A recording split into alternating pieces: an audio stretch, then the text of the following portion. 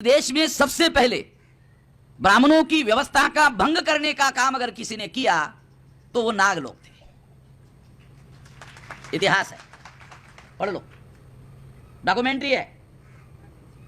और अगर आप सारे देश के भंगियों के तरफ देखो या सफाई का काम करने वाले जाति के लोगों की तरफ देखो तो आपको एक खास लक्षण उनके अंदर दिखाई देगा, और वो लक्षण है, वो मार्शल है। पता नहीं आप लोगों ने इस बात को गौर किया या नहीं किया। जानवरकर बरोबर आहे ना? हा? तुमचं सर्टिफिकेट मला लागेल, कारण मी साहित्यिक माणूस नाही आहे.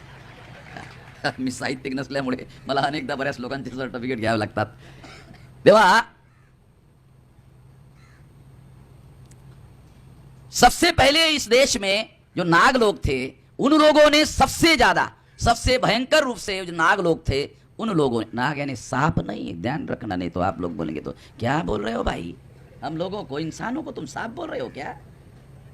एक टोटेम है, इतिहास में एक टोटेम नाम का सिद्धांत है कि पूर्व में जो मानव समूह है वो नेचर के अंदर कुछ चीज को अपना पुरखा मानते थे। कुछ समूहों ने नागों को अपना पुरखा स्वीकार किया तो नाग हो गए, कुछ लोगों ने वानर को अपना पुरखा स्वीकार किया तो रामायण में आपको वानर जो दिखाई देते हैं वो वानर नहीं है, मनुष्य समूह है। बहुत खास बात मैं आप लोगों को बता रहा हूं, इसको थोड़ा सा ठीक से अध्ययन करो। ये टोटेम सिद्धांत है इतिहास में, ये सारी दुनिया के लोग इस बात को मानते हैं, हिस्टोरियन इस बात को मानते हैं। इसके बारे में आप लोगों को समझना जरूरी है टोटेम क्या है। नेचर के अंदर कोई पूर्व जो चीज है उसको अपना पुरखा मानकर चलने की जो परंपरा है उसको कहते हैं टोटेम। तो इस तरह से ये जो नाग लोग थे, ये ब्राह्मणों की, वैदिक लोगों की, ब्राह्मणों की व्यवस्था का सबसे ज्यादा भंग करने वाले लोग थे। और यदि इसलिए ब्राह्मणों ने इनको भंगी कहा तो मुझे लगता है भंगी ब्राह्मणों की दी हुई जो गाली है, ऐसा आपको लगता है, वहां कुछ इतिहास छुपा हुआ है। इस कड़ी को धरना, इस कड़ी को पकड़ना और यहाँ थोड़ा इसके अंदर घुस करके जानकारी निकालना जरूरी है, और इससे फिर पता चलेगा कि नाग लोग कौन थे। नाग सबसे ज्यादा मार्शल लोग, नागों ने ही इस देश में साम्राज्य स्थापन किया। ये जो मौर्य है ये नाग वंशी लोग हैं। महाराष्ट्र की स्थापना काशीनाथ विश्वनाथ राजवाड़े, जो महाराष्ट्र का सबसे बड़ा इतिहासकार माना जाता है, वो कहता है महाराष्ट्र की स्थापना नाग लोगों ने की। महाराष्ट्र के चारों तरफ जब तुम देखोगे तो आपको दिखाई देगा, कई जगह नाग मंदिर दिखाई देंगे। और यहाँ के ग्रामीण समाज में एक बहुत बड़ा त्योहार सारे बहुजन समाज के लोग मनाते हैं, वो है नाग पंचमी। यदि इतिहास की थोड़ी बहुत भी अगर आपको समझ है तो आप लोगों को ये नाग पंचमी का जो अवशेष है ये प्रूव करता है आपकी परंपरा का, जो लिखा हुआ नहीं है मगर परंपरा में है। और हिस्टोरियन इस बात को स्वीकार करते हैं कि परंपरा में इतिहास होता है, काल्पनिक बातें नहीं है। तो इसलिए मैं कोल्हापुर में जब गया था तो वर्तमान शाहू महाराज कार्यक्रम के दौरान प्रवीण गायकवाड़ जो संभाजी ब्रिगेड के प्रांतीय अध्यक्ष थे, उन्होंने कहा कि मराठा जो लोग हैं वो ब्राह्मण धर्म के अनुसार शूद्र है। तो मेरे साइड में शाहू महाराज बैठे थे, उनके चेहरे की तरफ देखा। जब प्रवीण गायकवाड़ मराठा ब्राह्मण धर्म के अनुसार शूद्र है ऐसा कह रहे थे तो उनके चेहरे की तरफ देखा तो उनको अच्छा नहीं लग रहा था। तो मैं अध्यक्ष था तो मैं उठ के खड़ा हो गया बोलने के लिए, तो कहा कि अभी प्रवीण गायकवाड़ ने मराठा लोगों को ब्राह्मण धर्म के अनुसार शूद्र कहा है, तो मेरा उनको एक सवाल है कि यदि मराठा ब्राह्मण धर्म के अनुसार शूद्र है, प्रवीण गायकवाड़ के अनुसार नहीं, ब्राह्मण धर्म के अनुसार शूद्र है, तो मराठा तलवार बहादुर क्यों है? मनुस्मृति के अनुसार शूद्र को हथियार धारण करने का अधिकार नहीं है, और अगर मराठा शूद्र है तो फिर वो तलवार बहादुर क्यों है?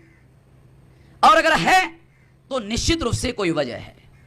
फिर ये तलवार मराठा लोगों के पास कहां से आई? बाबा साहब अंबेडकर ने जब धर्म परिवर्तन किया उस समय उन्होंने एक प्रेस रिलीज किया था, उसमें उन्होंने कहा था कि 350 साल पहले तक इस महाराष्ट्र में मराठा लोग शस्त्र पूजन करने का काम करते थे विजयादशमी के दिन।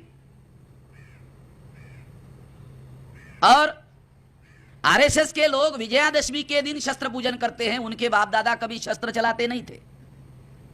ब्राह्मणों के बाप दादा कभी शस्त्र नहीं चलाते थे। वो आज भी मुसलमानों के विरोध में लड़ने के लिए हमारा सहारा लेते हैं, हमको भिड़ा दे रहा है। आप गर्व से कहो हिंदू है, हर हर महादेव, टुटुन पड़ा। वो घर में ही बैठे रहते हैं और हम मुसलमानों का मारकाट करना शुरू कर देते हैं, बड़े गर्व से करते हैं। क्योंकि ब्राह्मणों को मालूम है कि लड़ाई उनका परंपरा नहीं है, ये तो हमारी परंपरा है। लड़ाई लड़ना हमारे अंदर है, वो सारा गुण ही है। अवसर मिलते ही जाग जाता है।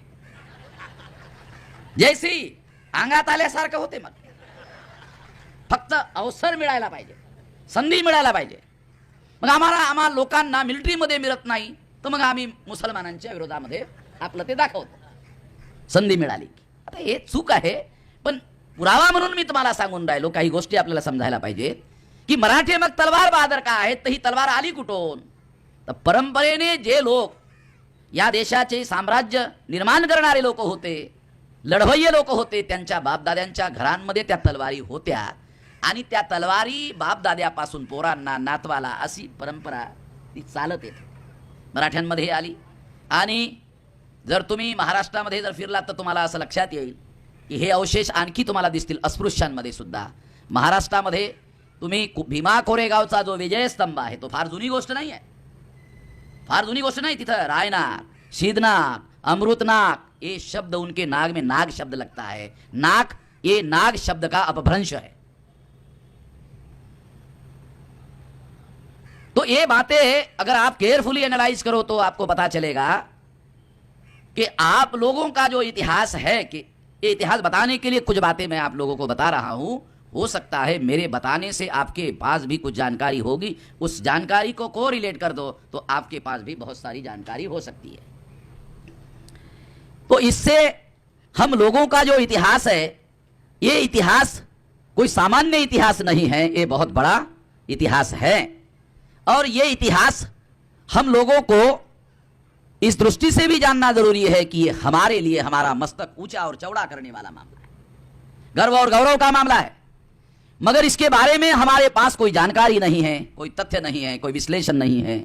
इस वजह से भी हमारे मन में हीन भावना भरी हुई है, इन्फीरियरिटी कॉम्प्लेक्स भरा हुआ है। और जो इन्फीरियरिटी कॉम्प्लेक्स भरा हुआ है उसके बारे में भी हमें समझ में नहीं आता कि इस इन्फीरियरिटी कॉम्प्लेक्स को कैसे खत्म करना है। इन्फीरियरिटी कॉम्प्लेक्स यानी हीन भावनाओं को खत्म कैसे करना है?